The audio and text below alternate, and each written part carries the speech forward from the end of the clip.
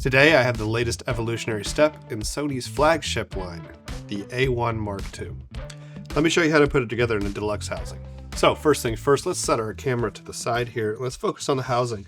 What makes this a deluxe model is that it has the dual tray handle, the corresponding extensions for the levers, as well as the USB-C bulkhead. Now that last part is actually very nice because it lets you not only charge your camera while it's fully installed in the housing, but it also lets you offload your video and your images. So therefore, if you don't change lenses, you could theoretically put this together on day one and keep it as a system fully vacuumed for the entire dive trip. So that's nice. First thing we'll do here is we will take the housing, we'll set it on our assembly mat face down, and we're going to release the locking lever of the lid snap on each side and lift up on the lid snap as well as on the top. Lift that up and over the hooks. That will allow us to take the back off of the front, and we'll take that and set it to the side. Now as we turn our attention to the inside of the housing, what you're going to notice is we have direct drive controls. First thing I'm going to do is I'm going to take the IF on lever control, I'm going to move it up and out of the way. And I'm going to push the direct drive hubs up so that they don't interfere as we slide the camera in. Once you look inside here, you'll notice that it ships with the manual hot shoe for Sony. I'm actually going to be shooting an external DS link for a TTL system, so I'm actually going to remove this manual hot shoe. I'm going to keep this with my spare parts just in case. And I'm going to replace it with the TTL version hot shoe. And what you'll do is you're going to line up the red wire with the red wire and then push the connector together. And take that, put it to the side, and you'll notice that there's a camera mount slid into the camera base. I'll remove that. There's a 1/4-20 screw that's going to correspond to the 1/4-20 screw on the bottom of the camera. Now to attach the camera mount to the camera body, I'm going to take the screen and I'm going to tilt it backwards. You'll notice there's an anti-rotation wall on the camera mount. That's going to correspond to this face here on your camera. Line up the screw onto your camera, and using a flat-headed screwdriver, make sure that the camera mount is snugged down to the camera body. You're going to want to make sure it's nice and snug. Any movement that occurs between the camera mount and the camera will result in misalignment of controls. Now what I'm going to do is I'm going to take my TTL hot shoe. I'm going to align it onto the top of my camera. I'm going to make sure it's slid in fully forward so that we have contact. I'm then going to open the door on the side of my camera, exposing the USB-C port. I'm going to plug in the USB-C cord, and that will allow me to charge and offload images. And now all I have to do is align the camera mount into the base and slide the camera forward into the housing. And because I moved the controls out of the way, it just simply drops down here. I'm going to line this kind of out of the way here on the left-hand side. I'm going to take my AF on lever. I'm going to re-rotate that back down so it makes contact with the camera. And then I'm going to push the direct drive controls down and see that they make contact with the controls on the camera body. Now, before we put the back on, I'm going to give a visual inspection of this sealing surface here. This is a compression O-ring seal, meaning that we do not need to apply lubricant to this, being a compression seal. But I do want to make sure that it is clean and free of debris or anything that could affect the seal.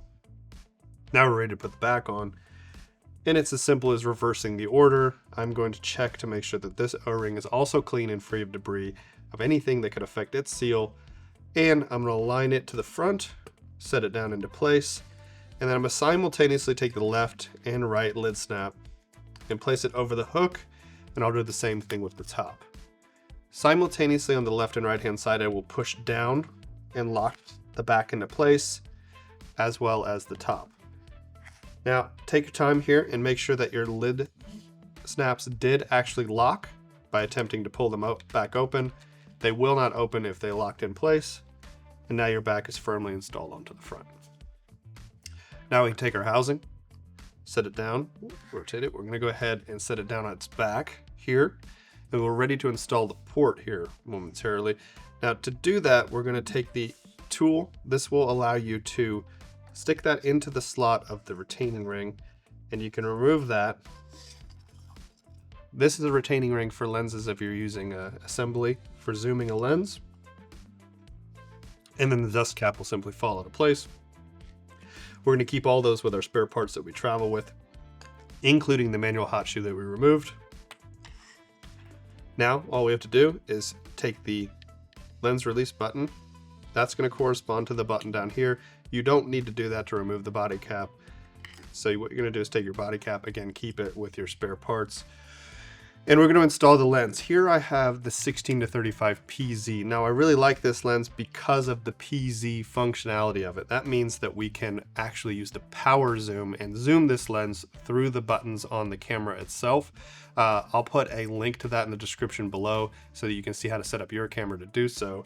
But that's a great version of this lens. It's a nice wide lens as well.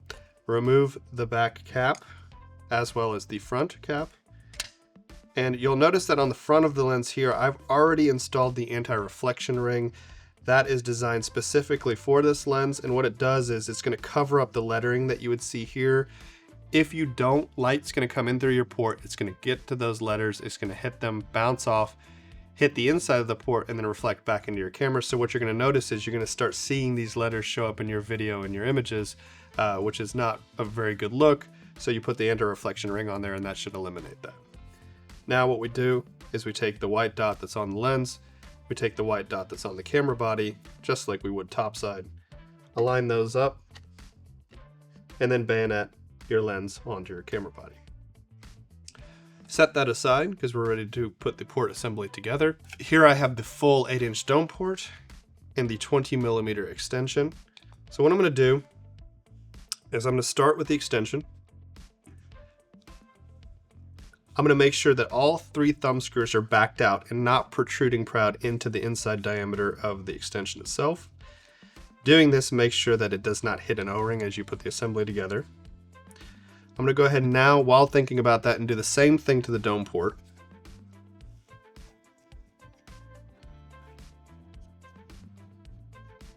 Set it aside. Using some of the Ikelite lubricant.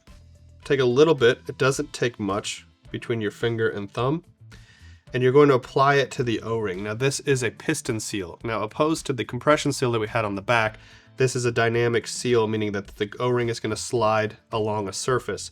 We put this lubricant on here to overcome the friction that that O-ring experiences. So the lubricant isn't creating a seal, it's just overcoming the friction. So as we apply it to this O-ring, we're going to feel for any imperfections or anything that might compromise the seal while simultaneously applying it along the entire surface area. Now you'll notice that if you look at the extension, you'll see that there are not only 3 thumb screws, but 3 pockets that correspond to those thumb screws. You'll also notice these exact same pockets on the port mount of the housing, and those are what's going to align with the thumb screws so that when you tighten them down, they fall into those pockets. So if we look at our dome port here, and we take a little bit of the Ikelite lubricant, we're going to run it along the sealing surface here. Not only does this allow us to apply lubricant to the sealing surface, it also gives us the opportunity to feel for anything that might affect our seal and cause a leak. Now I'm going to align the dome port. Again, the 3 thumb screws are going to correspond to these 3 thumb screws, which correspond to those pockets.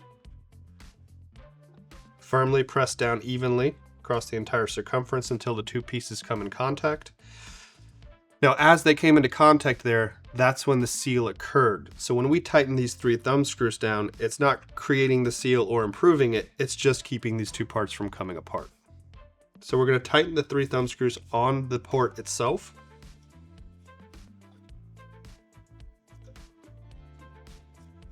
Until they're flush and bottomed out. Again, no need to use a tool, that won't improve the seal. We'll turn our attention and we'll make sure one more time that our thumb screws are not protruding to the inside diameter.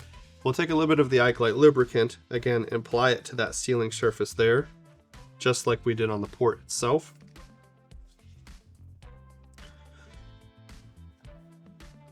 We're going to set our port aside, and we're going to put a little bit of the Ikelite lubricant on this O-ring here. This is just like we did on the extension. Again, applying lubricant while feeling for anything that might affect the seal.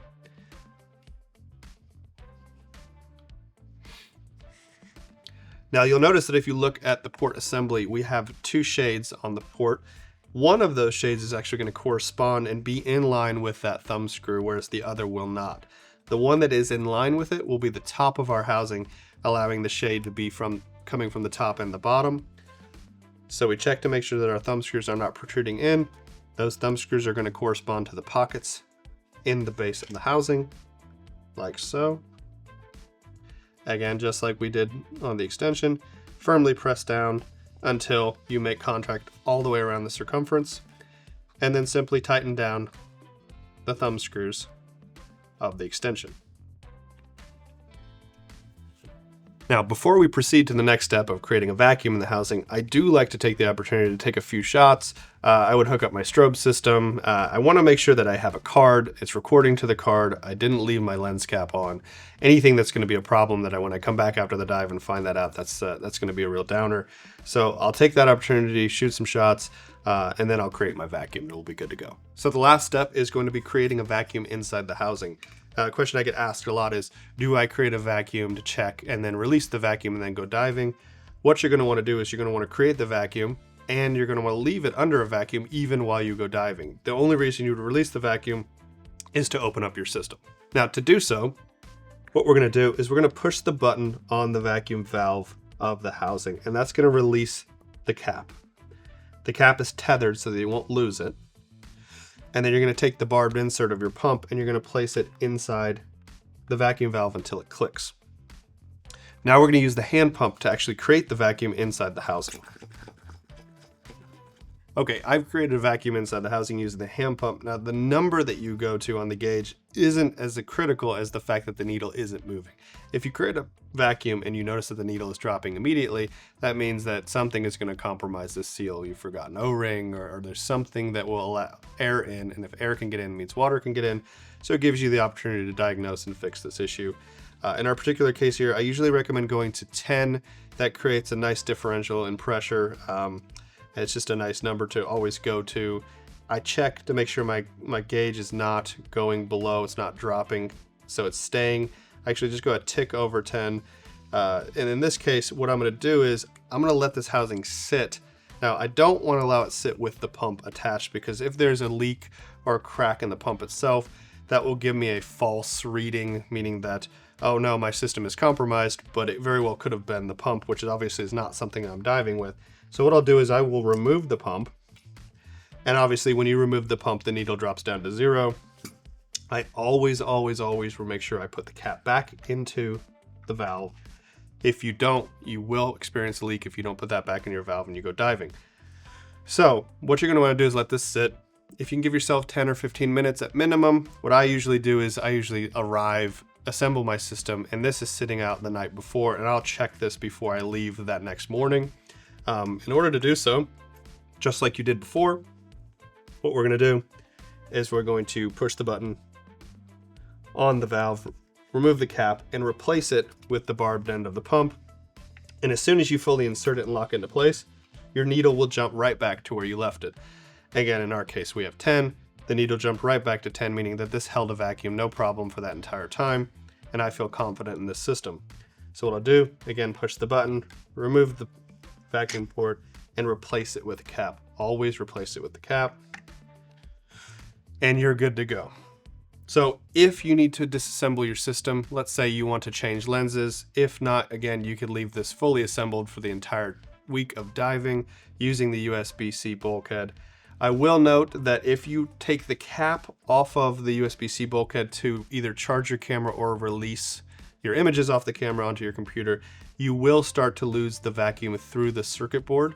So every time you do that, you are going to need to redo the vacuum on the housing, which is not nearly as big of a deal as having to disassemble everything, take the camera out. So again, it still lets you leave everything put together, which is quite nice. And you're good to go. In addition to, of course, removing the cap from the USB-C bulkhead, if you need to release the vacuum off of your housing, push the valve, take the cap out, and you can either put the pump back in and use the release button on the vacuum pump itself. That will release the vacuum. Or if you don't have access to this and you absolutely need to open the housing, you can insert a blunt object. You'll notice that there's a white button on the inside of the valve, if you depress that using the blunt end of a pen, for example, it will also release the vacuum. So that's everything you need to know to set up the A1 Mark II in a deluxe version of our housing. If you want to know how to set up your camera to utilize the power zoom function of the lens, we'll drop a link in the description below. If you have any questions whatsoever about this system, please comment below or feel free to shoot us an email to ikelite@ikelite.com.